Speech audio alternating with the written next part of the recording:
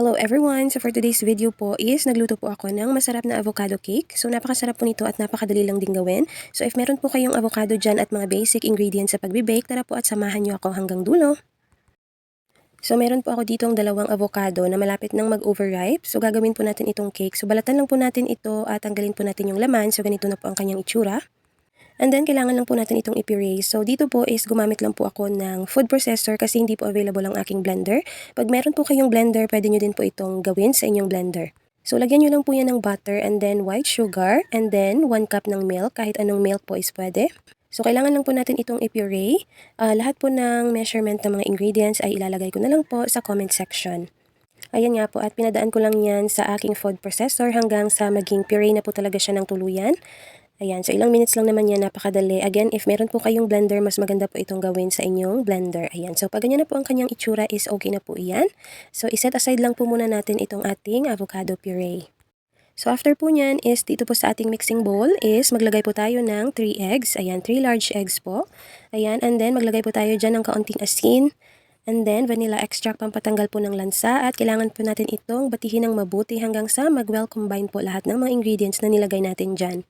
So again po, yung measurement po ng mga ingredients na ginamit ko dito is ilalagay ko na lang po lahat sa comment section. And then pag nabati na po niyan lahat is pwede na po nating ihalo yung ating avocado puree.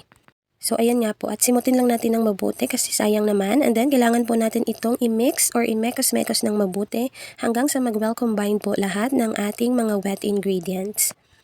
So, imekos-mekos lang po natin yan ng mabuti. Kung meron po kayong hand mixer, pwede nyo pong gamitin.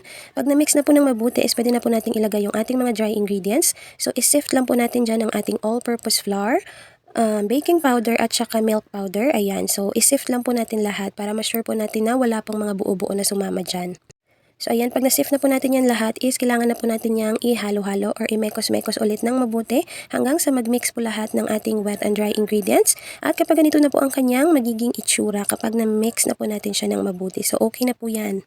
At pag na-mix na po natin yan lahat ng mabuti is mag-preheat na din po tayo ng oven at 170 degrees Celsius.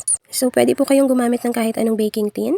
So dito ko lang po niluto sa aking cake pan at nilagyan ko lang po yan ng parchment paper para mas madali po siyang matanggal pag naluto na.